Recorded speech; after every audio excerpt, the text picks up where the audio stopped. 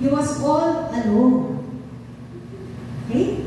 Verse 8, Jesus said to him, "Rise, take up your bed, and walk." And immediately the man was made well, took up his bed, and walked. Basahin po natin, everybody, let's read. And that day was Sabbath.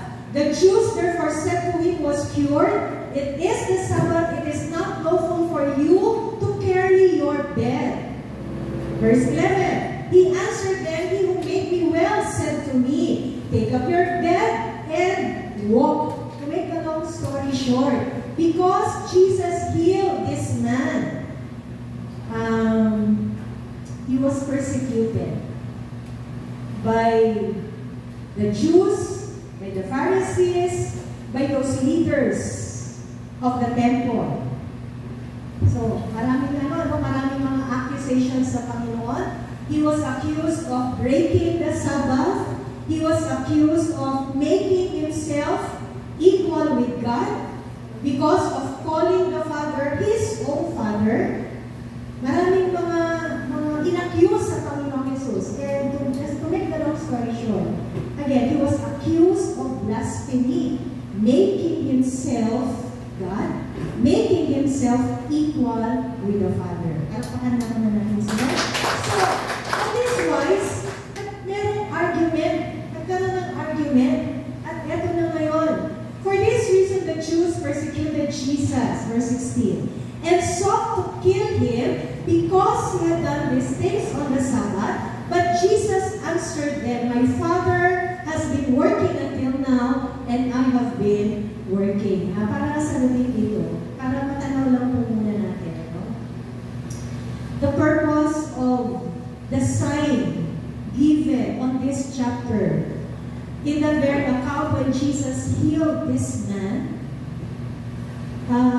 it was, again, a revelation of his Godhood, a revelation of his divinity, that he is the Messiah, he is the Son of God, that he is God on earth, that he is co-equal with the Father,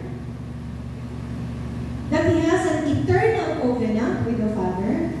At alam niyo po nung araw, hindi ka pwede basta mag-claim lang eh. Kinakailangan merong nagpapatotoo sa iyong mga sinasabi. Otherwise, baliwala yung claim mo.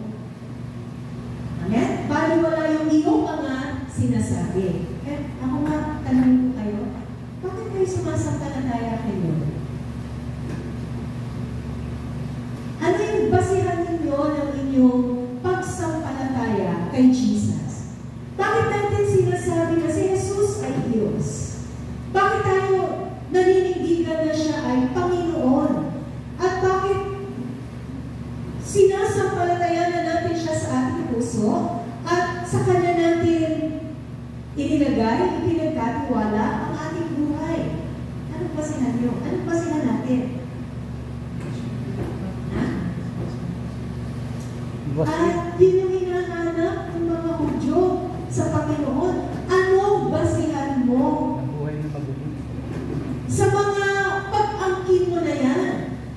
No? Sino ka para i-break ang Sabbath? Although he did not break the Sabbath, but actually fulfill the Sabbath.